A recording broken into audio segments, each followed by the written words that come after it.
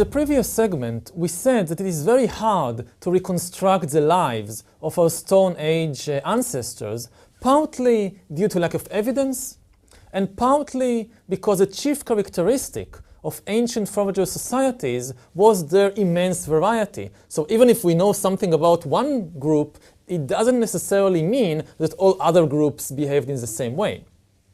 There are, however, some generalization which are probably true of all, or at least most, of the ancient forager societies. It seems safe to assume, safe to say, that the vast majority of people back then lived in small bands, each band numbering perhaps several dozen or at most several hundred individuals, and that all these individuals were humans. It is important to note this last point. It sounds obvious that all members of the society were humans, but it is not obvious. Because after the agricultural revolution, most members of human societies were not humans. They were domesticated animals.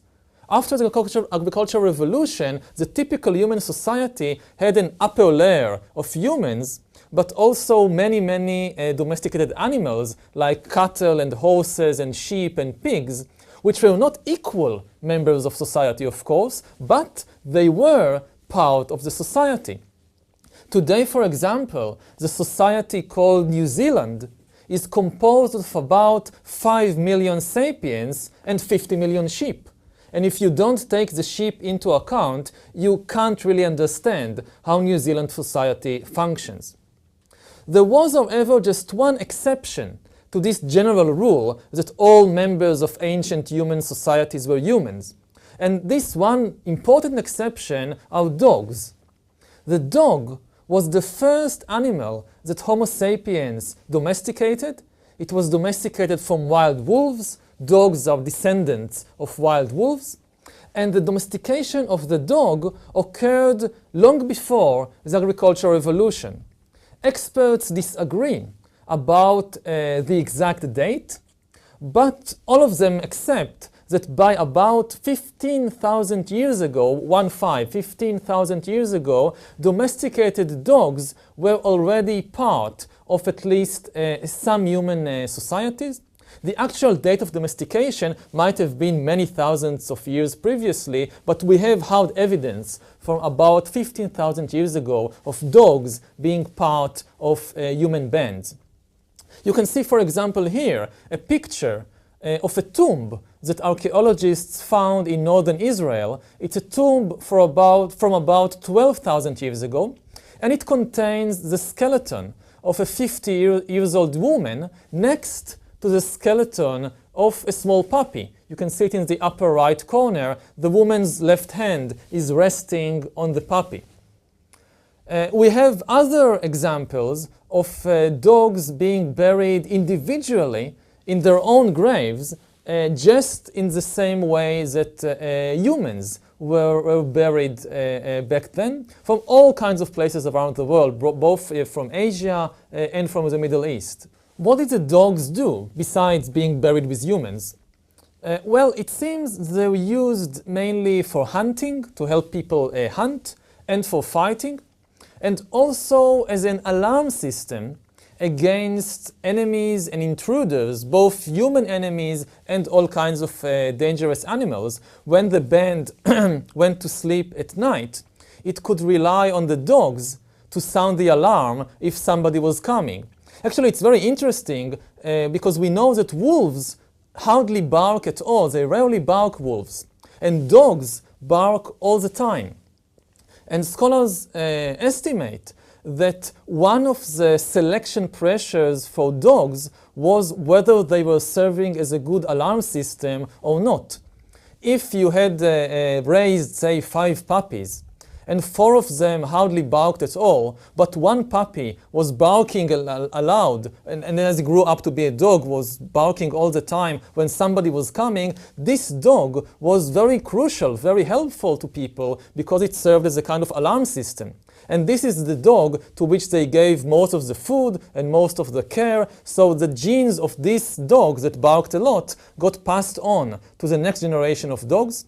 And over the years, this created a huge difference between wolves that hardly bark at all and domesticated dogs, whose one of the main characteristics of them is that they bark a lot when something happens or when somebody is coming. And this is a relic to their ancient role, and actually still modern role too, because many people still use dogs as alarm system.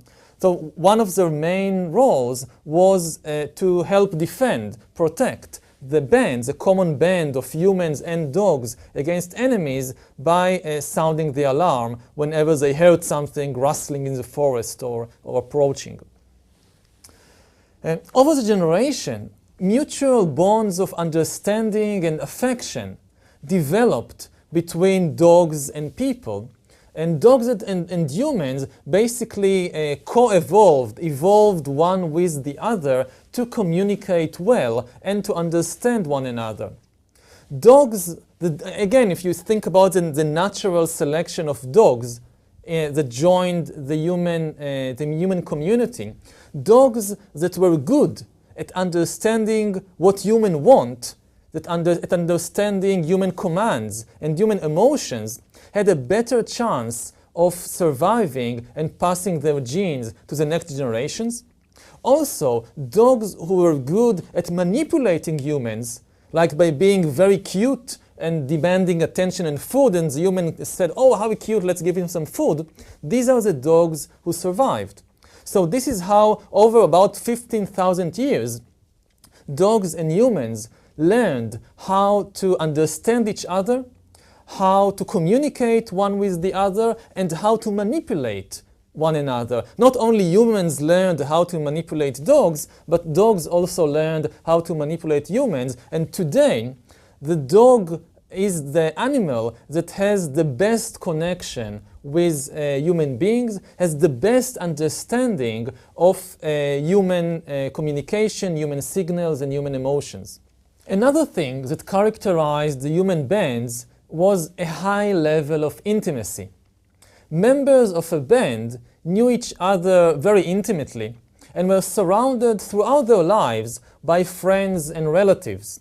Loneliness and privacy, which for us are quite common and important, were relatively rare in the world of 20 or 50,000 years ago.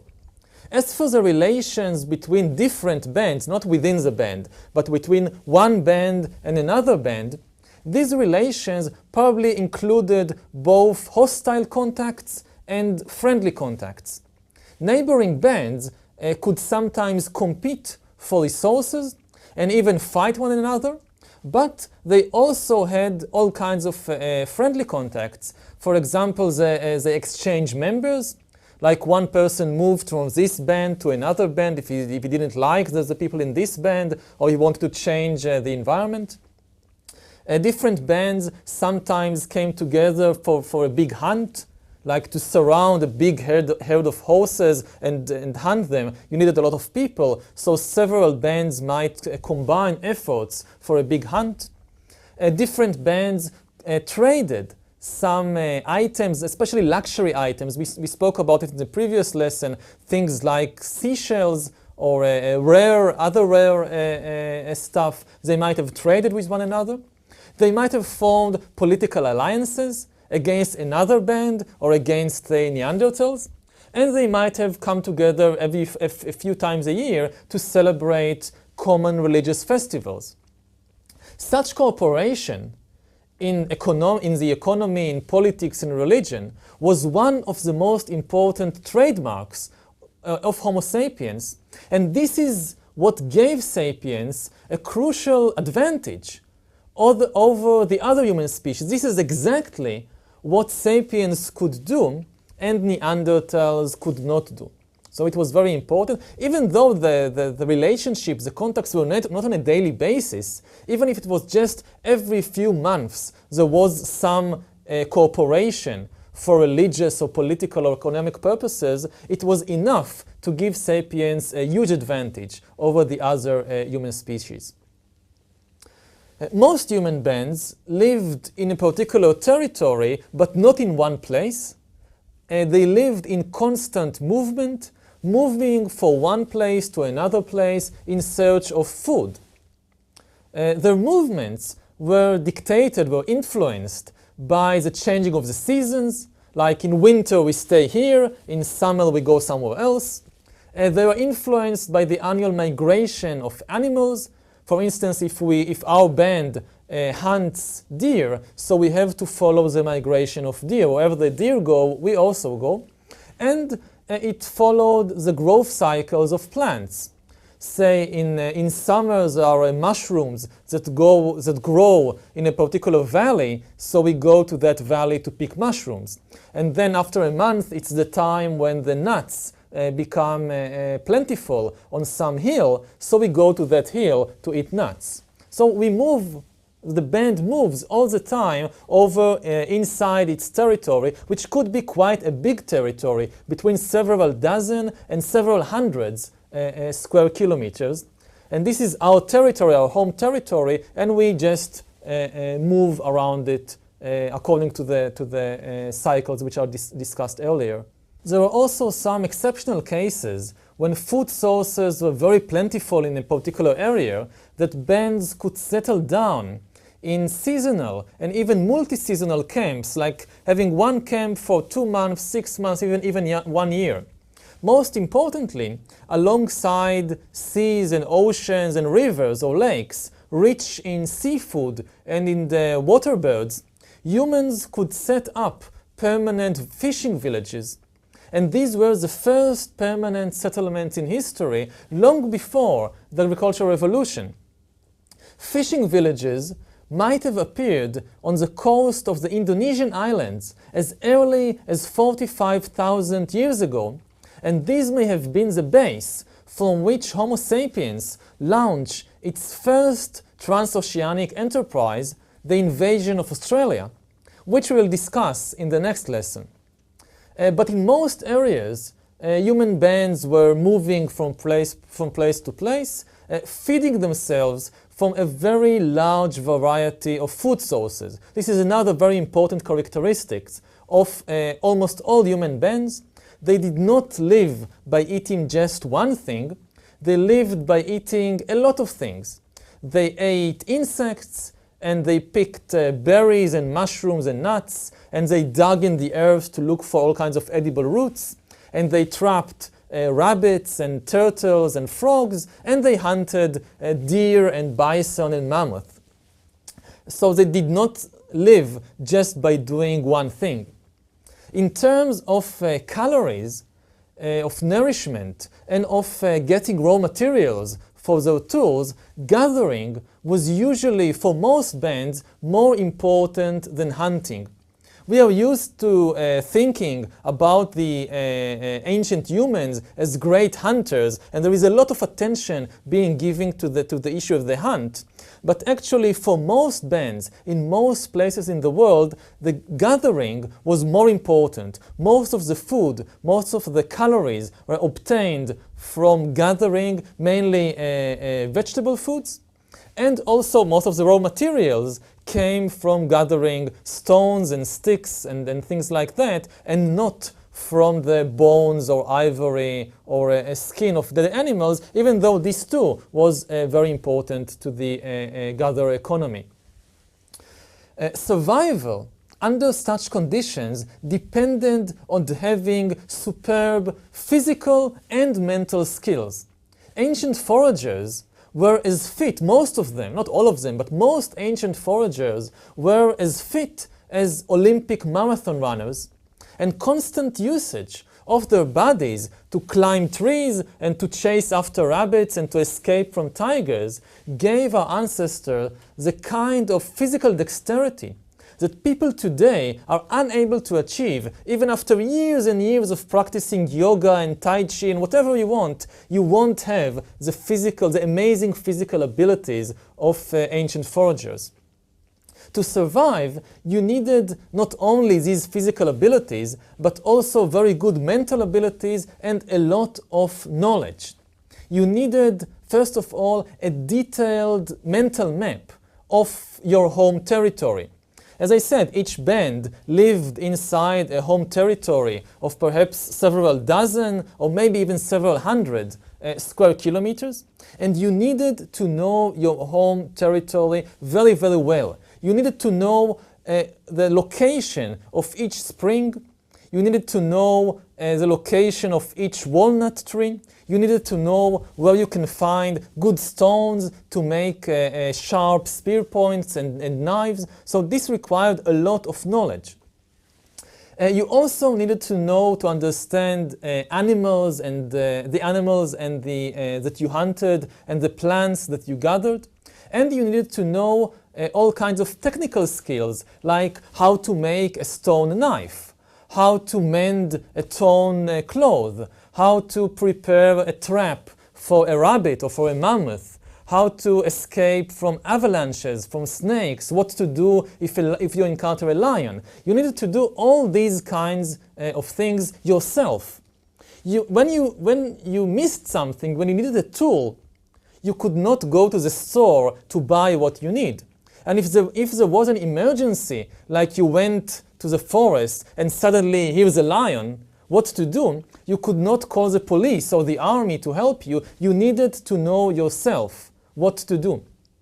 And mastery of each of these skills required years upon years of apprenticeship and practice. This means that in all probability, the average forager had wider, deeper, and more varied knowledge of her immediate surroundings, of her world, than most people today. Today, most people in industrial societies don't need to know a lot in order to survive. Think for a moment about your own life. What do you really need to know about the natural world and about the world that surrounds you in order to survive? For example, say that you're a computer engineer, or you're an insurance agent, or like me, you're a history teacher. What do you really need to know in order to survive? You need to know a lot about your own tiny field of expertise, like I need to know a lot of history. But about the vast majority of life's necessities, I don't need to understand them. I just rely blindly on the help of other experts whose own knowledge is also limited to a tiny field of expertise. Like if I again take myself as an example, I have no idea how to obtain the food that I eat each day. I don't know how to grow wheat or how to harvest it or how to even cook it. I don't know how to prepare the clothes that I'm wearing or the shoes that I'm wearing, like this shoe. Where was it made? In Vietnam. This shoe was made in Vietnam a few years ago. I have absolutely no idea who made it and how. If you put a gun to my head and you tell me if you are unable to prepare a shoe like the one you're wearing, we kill you, I will be dead. I have absolutely no idea how to even begin approaching this task of manufacturing, making the shoes that I'm wearing and that support me. But 20,000 years ago or 50,000 years ago, I had to know myself how to obtain the food that I'm eating. I had to know myself how to prepare the shoes or the clothes that I'm wearing. And even people helped each other, of course. So maybe there was somebody in the band who was much better at making shoes than I am, but he was a member of my band. I knew intimately him or her. It wasn't some strange people in Vietnam on the other side of the world from whom I obtained the shoes. So at the very least, I had to be familiar, intimately familiar with the people who make my shoes and to be on good social relations with them. Otherwise, they wouldn't give me a shoe. Of course, the human collective, humanity as a whole, knows today much more than the ancient bands 50,000 years ago. We know not only how to grow wheat and how to make shoes, we know how to make spaceships, and we know how to split the atom and make atom bombs, and we know how DNA works and things like that. But we know that at the collective level. At the individual level, each of us knows much less than our great-great-great-grandmothers and grandfathers, the ancient foragers. They were the most knowledgeable and the most skillful people in history on the individual level. There is in fact some evidence that the size of the average sapiens brain has been decreasing gradually since the age of foraging. That after the agricultural revolution, when people started to live as peasants and farmers and later as workers and city dwellers, the size of the human brain began to shrink. And there is good reason why, because survival in the era of foraging required superb mental abilities from everybody. If you couldn't know all these things yourself, you didn't survive. But when agriculture and industry came along, and when people started to live as peasants and city dwellers and so forth, people could increasingly rely on the skills of others, of complete strangers, for their survival, and thereby were opened kind of niches for imbeciles that enabled even people with lower mental abilities and smaller brains and less knowledge to survive. You could survive in a big city just by working a machine in a factory. You don't know much else about anything, but you know how to work this machine for 12 hours a day, just making the same movement, and you get your salary, your small salary, and you survive. Or in an agricultural village, you could be the village idiot who survives by carrying water in buckets from the river or from the well, and the others pay you a little for this, and you buy your food from them, and this is how you survive. And you pass your genes to the next generation. And this is how, over the centuries and the millennia, it seems that the human brain, in the last 10,000 years, has been growing smaller and smaller. The hunter-gatherer way of life differed, as we said earlier, differed significantly from region to region and from season to season.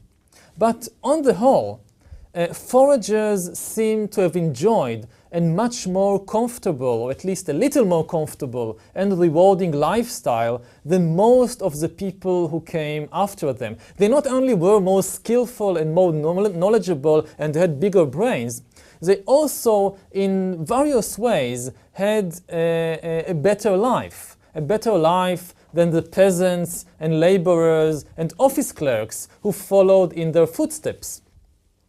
Today, people in the most affluent societies in the world work on average about 40 to 45 hours a week. People in most of the world, in developing countries, work 50 and 60 and even 80 hours each week. This is the working week hours. In contrast, hunter-gatherers seem to have worked on average just 35 to 45 hours each week. And on average, it was enough to go hunting one day out of every 3 days, and to go gathering nuts and mushrooms and things like that just 3 hours to 6 hours a day. This was enough in most areas in normal time to feed the whole band. So hunter-gatherers actually worked less hours than most people in the world even today. On top of that, foragers also enjoyed a lighter load of household jobs, household things that you have to do in the house. Forager, unlike us, ancient foragers did, when they came back home after being in the forest and hunting a deer, and they came back home, they did not have to wash the dishes because there were no dishes. They did not have to vacuum the carpets because there were no carpets. They did not have to wash and clean the floors because there are no floors. They don't have to change diapers to the baby because the baby doesn't have diapers. It just do whatever it does. And there are no bills to pay. And there is no all kinds of arrangements to make. So even after the official working day, even after when that was over, still foragers had a more easier lifestyle than many people today. The forager economy was characterized not only by the fact that people had to work less, but also by the fact that most people had more interesting careers as hunters and gatherers than later on as peasants or workers in industry. Imagine, for example, the daily life of a Chinese factory worker today. So our model factory worker, she lives somewhere in China today, say in Shanghai, and she leaves home around 7 in the morning. And then she takes 1 hour to make her way through all the streets, the polluted streets on buses and cars and so forth, until she reaches her workplace, some dreary sweatshop where they produce shoes like this. And there in the sweatshop, what does she do all day? She operates the same machine in the same way, day after day after day, for say 10 long hours. Many people today in the third world, the working day is 10 hours long. And after these 10 long hours of working as a machine, pressing the same lever again and again and again, she has again to return home through all the traffic and the pollution. And when she reaches home at 7 in the evening, now she has to wash the dishes and do the laundry and take care of the baby and all these things. Now go back 30,000 years ago and see how a Chinese forager might have lived back then. She might have left camp with her companions, say at 8 o'clock in the morning. And they would go together to roam, to move around in the nearby forests and swamps, to gather mushrooms, to dig up all kinds of roots that they can eat, to catch frogs, to fish, and to run away from tigers and snakes that might have been dangerous.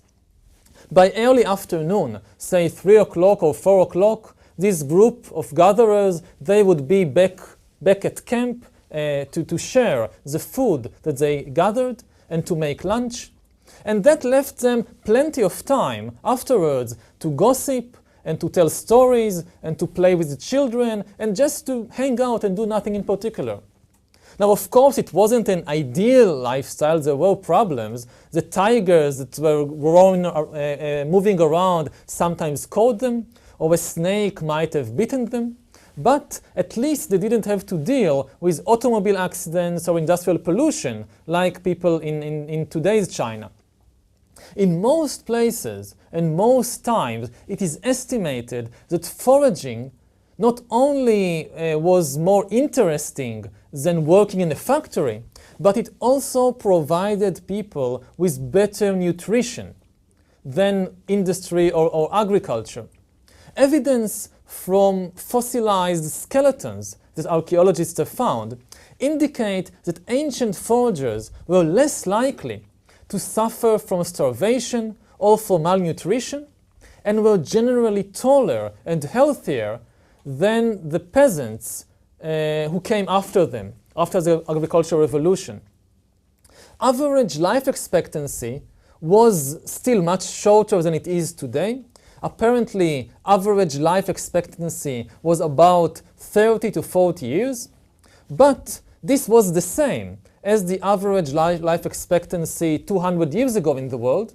And also it should be noted that this relatively short, small life expectancy was due largely to the high incidence of child mortality.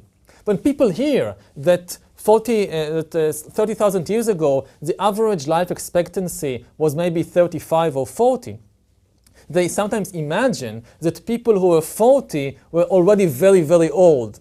So this is not the case. It's just a classical misunderstanding of statistics. The truth is that child mortality was very high. Your chances of reaching the age of 15 or 20 were quite small. It is estimated that about a quarter to a third of babies did not make it into their adult years because there was some accident or something happened to them and they died before. But if you managed to pass through, to survive the dangerous years of childhood and reach the age of 20, you had a pretty good chance of living to be 60, 70, or even 80. People who are 40 years old were not old. It's just a statistical mistake, because when you take together the old people and the many babies that die in their first or second years, you come to the result of an average life expectancy of 40. But again, if you lived to be 20 or even 15, you had a pretty good chance of reaching to the age of 60, 70, and even 80. What was exactly the foragers' secret of success, which protected them from starvation and malnutrition? Why do we say that foragers had better diet than peasants who came after them? The main reason is that foragers enjoyed a very varied diet, whereas peasants, most of the people after the agricultural revolution, they were not kings and princes and priests, they were peasants. And the kings in the palace might have had wonderful lunches, but the peasants, most of the population, they suffered from a very unbalanced diet, a very unbalanced nutrition.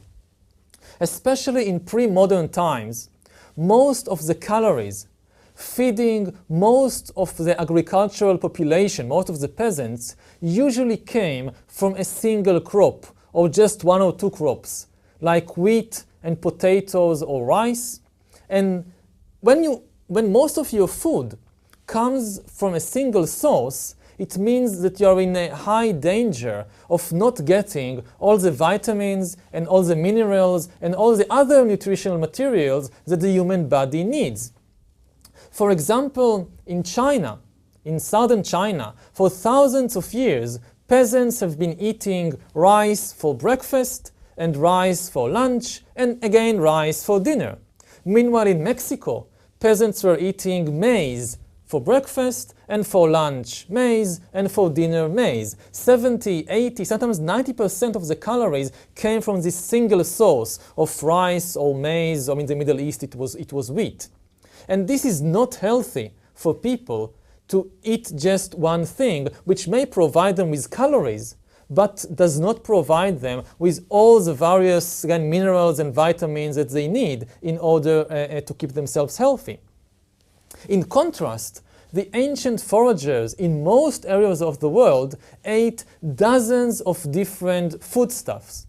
For example, you might eat mushrooms and nuts for breakfast, and then for lunch you catch some frogs and snails and you eat them. And then for dinner, the hunting party comes back with a mammoth steak, and you eat mammoth steak. And then the other day you have completely different foods to eat. It's estimated that a typical forager band ate dozens and even hundreds of different foodstuffs, both animals and vegetable foodstuffs. This variety of food ensured that the foragers would receive all the necessary vitamins and minerals and other nutrients. There was another big advantage for relying on a huge variety of foodstuffs and not just on just rice or just potatoes or just wheat. By not being dependent on a single kind of food, the foragers protected themselves from all kinds of calamities which hit a particular source of food. In agricultural societies, sometimes there is famine or drought or fire that destroy the annual rice crop or the annual wheat crop. And then a society which is based on rice or wheat starves because there is nothing else. In a forager society, on the other hand, because they eat so many different kinds of things, they are much more protected against natural disasters. They did suffer from time to time from difficult periods when there is not enough food, but usually they were able to deal with such calamities more easily than peasants, than farmers. Because if the foragers lost some of the usual foodstuffs because there was drought or fire or some other calamity, they could start gathering or hunting larger quantities of other sources of food, or they could simply move to a less affected area because they lived in a very big area, each band roaming over dozens, even hundreds of kilometers. So if there was flooding in the river and it destroyed many of the traditional things that they used to eat, so they would move to the mountains, which were not affected by the flood, and eat whatever they found there. Peasants, on the other hand, they live in a very small place, like a village next to a river. If the river suddenly floods the rice fields or the wheat field, everything is gone, and most likely the peasants will die of starvation. So ancient foragers had a better nutrition. They also had another big advantage, which is that they suffered less from infectious diseases.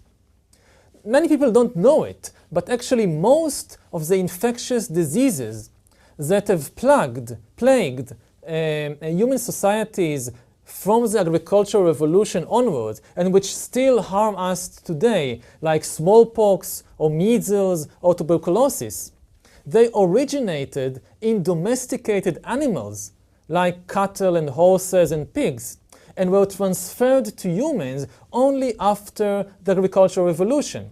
Even today, almost every year, you hear about new diseases that are being transferred from domesticated animals to humans, like flu. So you have the chicken flu and you have a swine flu, which starts with swine, with pigs, and it then moves on to humans.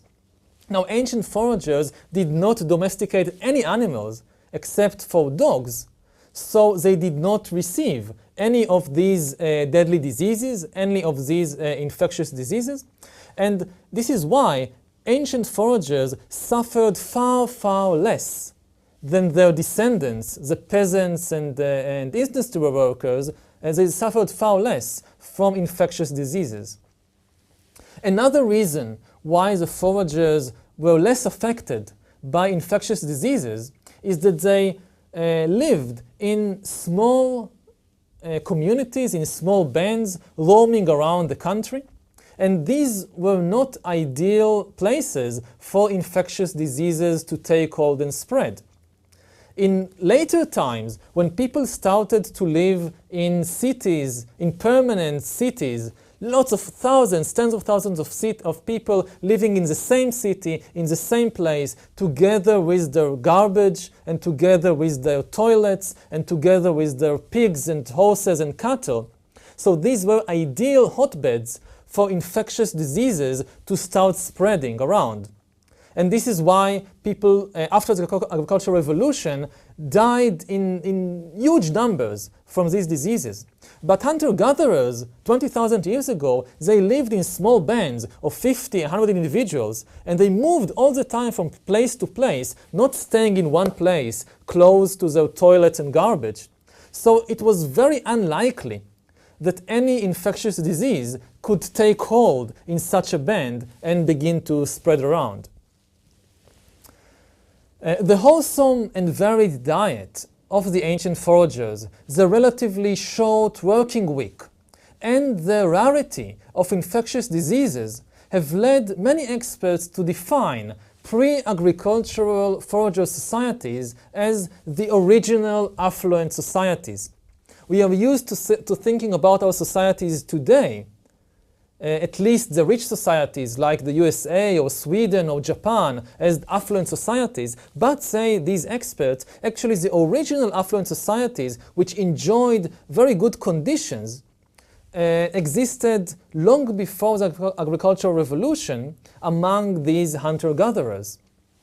However, it would be a mistake to focus only on these good aspects and to idealize the lives of the ancient foragers.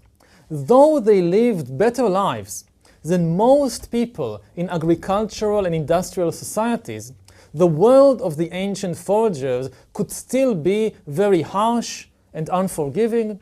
There were periods of difficulties and hardship. Child mortality, as we discussed earlier, was very high, much higher than it is today.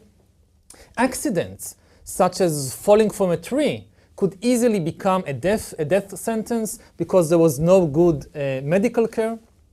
And most people probably enjoyed the close intimacy of the small band, but if other people in your band for some reason didn't like you or objected to the way that you behave, they could make your life hell. And it was not like a big city or a big country that you could move somewhere else easily. It could be very, very difficult in such situation.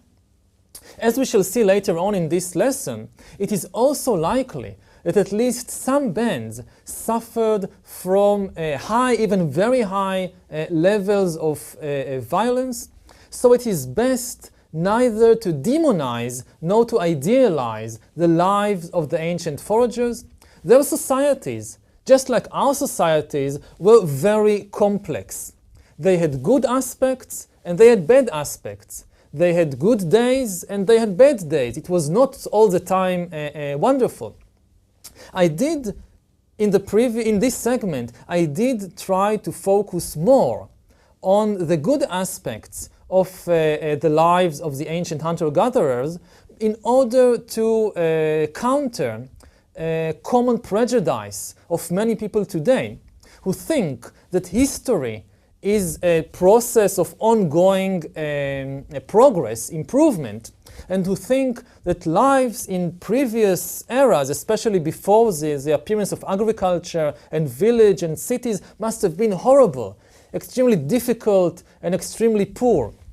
So it was important for me to show that this is not the case, that actually life back then had many positive aspects, and that history is not always going from worse to better, from bad to good, but there are good things that we have lost on the way.